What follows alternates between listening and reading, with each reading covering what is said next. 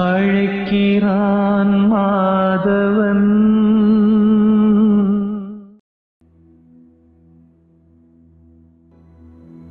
தம்பி வணக்கம். 1 இயராக சில விஷயங்கள்னால ரொம்ப ஸ்ட்ரெஸ்ஸில் இருந்தேன். திரும்ப ஒரே விஷயம் மைண்டை ரொம்ப தொந்தரவு பண்ணிகிட்டு இருந்தது. என்ன ஆச்சுன்னு தெரியல. ஃபஸ்ட் வீக்லேயே அது கொஞ்சம் காணாமல் போயிருந்தது. அப்புறம் திரும்ப அது சில விஷயங்கள்னால வந்தாலும் அது என்னை தொந்தரவு பண்ணலை. இப்போ திரும்பவும் அந்த நினைவுகள் இதெல்லாம் வராமல் இருக்கிறதுக்கு இறைவன்ட்டு நான் வேண்டிக்கிறேன். ஆனால் அது எப்படி போச்சுங்கிறது நீங்கள் தான் சொல்லணும். நான் ஒன்றும் பெருசாக ப்ராக்டிஸ் பண்ணல. நீங்கள் சொல்கிறத மட்டும் கவனித்தேன். கொஞ்சம் இம்ப்ளிமெண்ட் பண்ணேன். அதுக்கே அது காணாமல் போயிடுச்சு.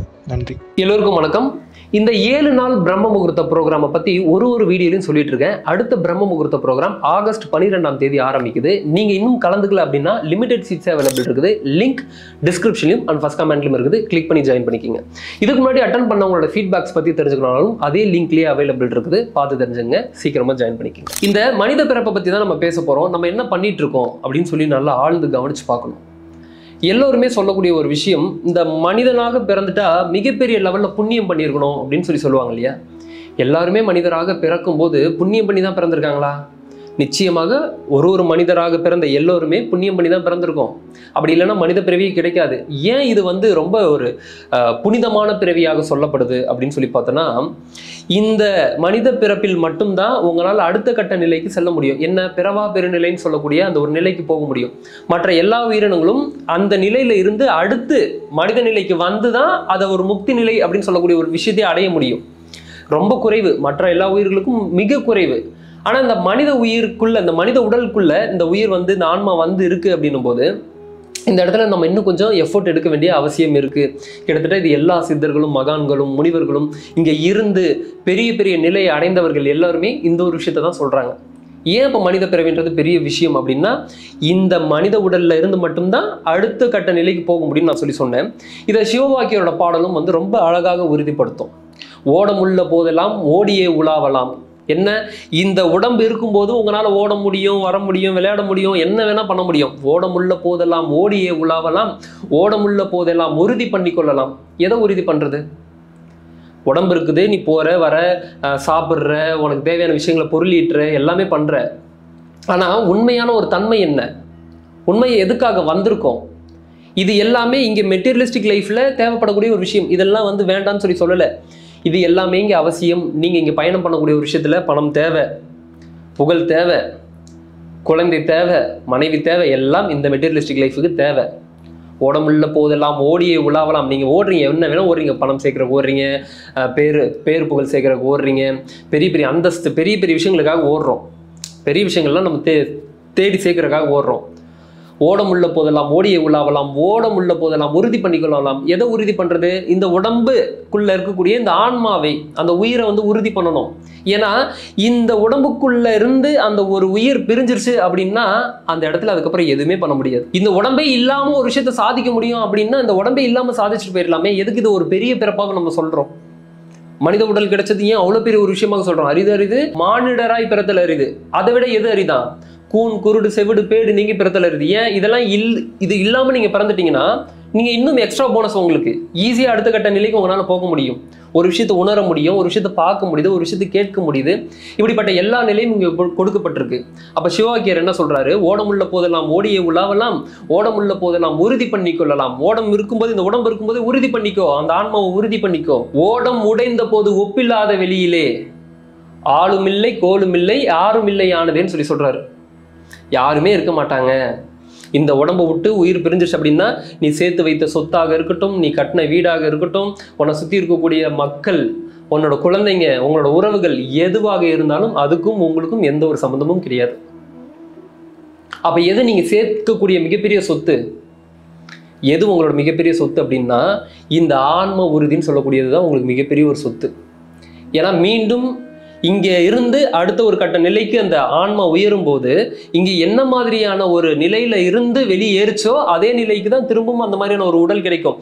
இப்போ நீங்க சரியா எந்த ஒரு விஷயமும் நீங்க பண்ணவே இல்லை, நீங்க பாட்டுக்கு சும்மா ஏதோ வந்தோம் வாழ்ந்தோம்னு சொல்லி போயிட்டே இருக்கிறீங்க அப்படின்னா அடுத்து திரும்பவும் கிடைக்கும் போது நீங்க இங்க என்ன மாதிரியான அந்த ஞானத்தை பெற்றிருந்தீங்களோ அதே அளவுல தான் அங்கிருந்து திரும்ப ஸ்டார்ட் ஆகும்.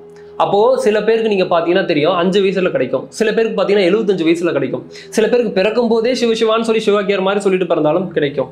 அப்ப என்ன, இது எல்லாமே விட்டக்குறை தொட்டக்குறை தான். அங்க என்ன முடிச்சிருக்காங்களோ திரும்ப அது இங்க ஸ்டார்ட் ஆகுது. அப்ப நீங்க இங்க சேர்க்கக்கூடிய எந்த ஒரு சொத்துமே வீண் கிடையாது. எந்த ரீதியான சொத்து, இந்த ஆன்மாவை பலப்படுத்தக்கூடியதற்காக நீங்க சேர்த்த ஒரு சொத்துமே நிச்சயமாக வீண் போவது கிடையாது. மீண்டும் அது உங்களுக்கு அப்படியே கொடுக்கப்படுது. ஆனா மற்ற எந்த சொத்துமே, இங்க இருக்கக்கூடிய இந்த உலகத்தில் பார்க்கக்கூடிய எந்த ஒரு சொத்துமே அப்படி கிடையாது, உங்களுக்கு வராது. திரும்பவும் நீங்க போயிட்டு நான் தானா வந்திருக்குன்னு சொல்லி வேற ஒரு உடம்புல வந்தாலுமே, இல்ல இந்த உடலை விட்டு பிரிஞ்சு வெளியே போனதுக்கு அப்புறம் திரும்பவும் அதே உடலுக்குள்ள நீங்க வந்தாலுமே உங்களை மதிக்க மாட்டாங்க. உங்களை கண்டா பயப்படுவாங்க. ஐயோ ஏதோ ஒரு பேய் தான் வந்துருச்சு, அது எப்படி செத்து போன உடல்ல திரும்ப வரும், அவன் கிடையாது அப்படின்னு சொல்லி உங்களை ஒதுக்கி தான் வைப்பாங்க. அதுவும் இன்னும் நல்லா கவனிச்சு பார்த்தீங்கன்னா தெரியும், இறந்து போனதுக்கப்புறம் வீட்டு சைடு யாரும் இறந்து போனவங்க வீட்டு சைடே வந்துடக்கூடாதுன்னு சொல்லி மந்திரிச்சு கட்டுறதெல்லாம் பார்ப்போம். உன்னோட தாத்தா இறந்ததுக்கப்புறம் இந்த வீட்டு சைடே சுற்றி வராருன்னு நினைக்கிறேன், கொஞ்சம் மந்திரிச்சு எதாவது கட்டணும். ஏன், இறந்து போனதுக்கப்புறம் எதுவுமே இருக்காது. நீங்கள் இங்கே நம்பக்கூடிய விஷயங்கள் எல்லாமே உங்களோட உறவுகள், உங்களோட அம்மா, உங்களோட அப்பா, உங்களோட குழந்தை, இது என்னோட பணம், இது எல்லாமே பொய் அப்படின்றது தான் முக்கியமான ஒரு விஷயமாக இருக்கும். இதை தான் நான் நேற்று பேசினேன் இந்த வயநாடு விஷயத்திலேயே நான் சொன்னேன்.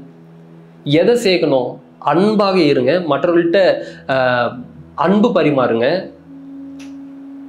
உறவுகள்லாம் அவசியம் தான், இல்லைன்னு சொல்லல, ஒரு மனிதர்களுக்கு இடையே அவசியம். ஆனால் அதை மட்டுமே பெருசாக பார்த்துட்டு இங்கே சேர்க்க வேண்டிய சொத்தை நீங்கள் சேர்க்காம விடக்கூடாது. ஓடமுள்ள போதெல்லாம் ஓடியே உலாவலாம், ஓடமுள்ள போதெல்லாம் உறுதி பண்ணி கொள்ளலாம், ஓடம் உடைந்த போது ஒப்பில்லாத வெளியிலே ஆடும் இல்லை கோலும் இல்லை யாரும் இல்லை ஆனதேன்னு சொல்றாரு. ஸோ இந்த உடம்பு இருக்கும்போதே இந்த உடம்பை எப்படி வச்சுட்டு நம்ம அடுத்த கட்ட நிலைக்கு போறது அப்படின்னு சொல்லி நீங்க பாருங்க. ஏன்னா உள்ள இருக்கக்கூடிய ஆன்ம முன்னேற்றம் நிச்சயமாக வேணும். சும்மா ஏதோ போனோம் அப்படின்னா அந்த ஆன்ம முன்னேற்றம் ஏற்படாது. அப்ப என்ன பண்ணணும், தவம் பண்ணுங்க, அன்பாக இருங்க, விழிப்புத்தன்மையில இருங்க, எல்லாமே உங்களுக்கு கற்றுக் கொடுக்க ஆரம்பிச்சிடும். அப்போ அந்த நிலைக்கு நீங்க போகும்போது, அது உயரும் போது, உங்களுக்குள்ள அது பிரகாசமாக சுடர் விட்டு பிரகாசமாக எரியும் போது அடுத்த கட்ட நிலைக்கு அதுவே உங்களை எடுத்து செல்லும். ஐயோ நான் டிராவல் பண்ணுறேன், எனக்கு அது நடக்குதான்னா நீங்கள் அப்படி எதிர்பார்க்கணுன்ற அவசியமே கிடையாது. நீங்கள் இந்த ஒரு விஷயத்தில் பயணம் பண்ணுங்கள், ஆட்டோமேட்டிக்காக அதை அடுத்த கட்ட நிலைக்கு கொண்டு போகும். என்ன, பிறவா பெருநிலைன்னு சொல்லக்கூடிய அந்த மிகப்பெரிய ஒரு நிலைக்கு உங்களை கொண்டு போகும். ஸோ சிவவாக்கியர்லேருந்து எந்த சித்தர்களை எடுத்துக்கிட்டாலும், திருவள்ளுவர் எடுத்துக்கிட்டாலும் சரி, எந்த சித்தரை எடுத்துக்கிட்டாலும் சரி, சொல்லக்கூடிய ஒரு விஷயம், உடம்பு இருக்கும்போதே நல்லா கவனித்து பண்ணிடு, உடம்பு இருக்கும்போதே பயன்படுத்துரு. இதில் எவ்வளோ வருடங்கள் இந்த உடம்புக்குள்ள அந்த ஒரு உயிர் இருக்குன்றது தெரியாது, அதனால் பயன்படுத்திக்கோ. மீண்டும் திரும்ப நீங்கள் போய் வந்தனா திரும்ப என்ன ஒரு கர்மத்தை இங்கே சேர்த்தியோ திரும்ப அதே தான் நீ அனுபவிச்சுட்டு இருக்க போகிற. அதாவது எப்படின்னா, கேமே இதை அனுபவிக்கிறோம், திரும்ப இங்கே ஒன்றத்தை கிரியேட் பண்ணுறோம், திரும்ப போகிறோம், திரும்ப வரோம், திரும்ப இங்கே ஒன்றத்தை நீங்கள் உருவாக்குறீங்க, திரும்ப அதை அழிக்கிறதுக்காக திரும்ப ஒன்று வரீங்க, திரும்பவும் அதை இன்னொன்று புது சேர்க்குறீங்க, திரும்ப அதுக்காக திரும்ப வரீங்க. ஆனால் வந்ததோட கேமே வேறு, ஆனால் நம்ம இங்கே விளையாடிட்டு இருக்கக்கூடிய கேமே வேறு. என்ன, வந்தது ஃபுட்பால் விளையாடுறதுக்கு. ஃபுட்பால்னால் என்ன, கையில் ஃபுட்பாலை தொடக்கூடாது, தொட்டா ஃபவுலு. இப்போ நம்ம இங்கே வந்ததுக்கப்புறம் பேஸ்கெட் பால்ன்ற மாதிரி நினச்சி பாலை கையில் பிடிச்சிட்டோன்னா ஃபவுல் ஆகிடுது, அவ்வளோதான். வந்த கேம் என்னவோ அந்த கேம் விளையாடாமல் இஷ்டத்துக்கு நம்ம விளையாடிட்டு இருக்கிறோம். அப்போது நான் என்ன சொல்கிறேன்னா, நீங்கள் இந்த இதில் ஒரு பயணம் பண்ணும்போது மொத்த ஒரு விஷயத்தையும் விட்டுருங்க அப்படின்லாம் நான் சொல்லலை. மொத்த விஷயத்தையும் விட்டுருங்க நான் சொல்கிறேன். உங்களுக்கு எல்லாமே தேவைன்னு தான் நான் சொல்கிறேன். எல்லா வீடியோலையும் நான் அதை தான் சொல்லிட்டு இருக்கேன். பிஸ்னஸ் பண்ணுங்கள், நல்லா பண்ணுங்கள், பணம் சேருங்க, எல்லாம் பண்ணுங்கள். ஆனால் ஒரே ஒரு விஷயத்தை மட்டும் மைண்டில் வச்சுங்க. இது சேர்க்கும் போதே கூட சேர்ந்து இந்த ஒரு ஆன்ம முன்னேற்றத்திற்கான, இந்த ஆன்ம லாபம் பெறுவதற்கான ஒரு விஷயத்தையும் சேர்க்கணும் அப்படின்றது நீங்கள் புரிஞ்சுக்கிட்டீங்கன்னா ஈஸியாக பயணம் பண்ணி போகலாம். ஸோ இந்த ஒரு விஷயம் புரிஞ்சிருக்கும். மீண்டும் அடுத்த வீடியோவில் சந்திக்கிறேன். நன்றி, வணக்கம். காலை பிரம்ம முகூர்த்தத்துல எந்திரிச்சா உங்களோட வாழ்க்கையே மாறிடும் அப்படின்னு சொல்லி பல பேர் சொல்றது கேள்விப்பட்டிருக்கோம். ஆனா பால் போடுறவங்களா இருக்கட்டும், இல்ல என்னோட பக்கத்து வீட்டுக்காரரா இருக்கட்டும், எல்லாருமே கிட்டத்தட்ட 4 மணிக்கு தான் எந்திரிக்கிறாங்க. ஆனா அவங்களோட வாழ்க்கையில மாறின மாதிரி இல்லையே அப்படின்ற பல பேரோட கேள்வி உண்டு. 70 மட்டுமே வாழ்க்கை மாறாது. சில விஷயங்களை ஹேபிட்டாக சேஞ்ச் பண்ணணும், சில விஷயங்களை ஹேபிட்ல இருந்து எடுக்கணும். இந்த மாதிரி நீங்க விஷயங்களை பண்ணிட்டீங்க அப்படின்னா வாழ்க்கையில சக்சஸ் அப்படின்ற ஒரு விஷயம் இருக்கும். ஸோ அதுக்காக தான் ஆன்லைன் வகுப்பு ஆன்லைன் ஜூம்ல நடக்க இருக்குது. அதுல என்ன மாதிரி விஷயங்கள்லாம் இருக்கும்னு சொல்லி பார்த்தீங்கன்னா, டிஃப்ரெண்டான மெடிடேஷன்ஸ் இருக்கும். அதே மாதிரி சில சேலஞ்சஸ் கொடுப்போம். அதை நீங்க தொடர்ந்து பண்ணிட்டு வரும்போது அது ஹேபிட்டாக மாறும். அந்த விஷயம் ஹேபிட்டாக மாறும்போது உங்களோட லைஃப்ல பல மாற்றங்கள் கொண்டு வரும். அது எப்படி அப்படின்னா, ஸ்பிரிச்சுவல் growth-ஆக இருந்தாலும் சரி, ஃபினான்ஷியல் growth-ஆக இருந்தாலும் சரி, வாழ்க்கையில் ஏற்படக்கூடிய பிரச்சனைகளை எப்படி ஃபேஸ் பண்றது, ஸ்ட்ரெஸ், டிப்ரெஷனு, இதுல எல்லாத்துலையும் இருந்து விடுபடுவதற்கு ஒரே ஒரு புரிதல் அவசியம். அந்த புரிதல் உங்களுக்கு ஏற்படும். ஸோ இந்த கிளாஸ்ல நீங்க ஜாயின் பண்ணணும் அப்படின்னா கீழே கொடுத்துருக்க அந்த லிங்கை கிளிக் பண்ணி ஜாயின் பண்ணீங்க.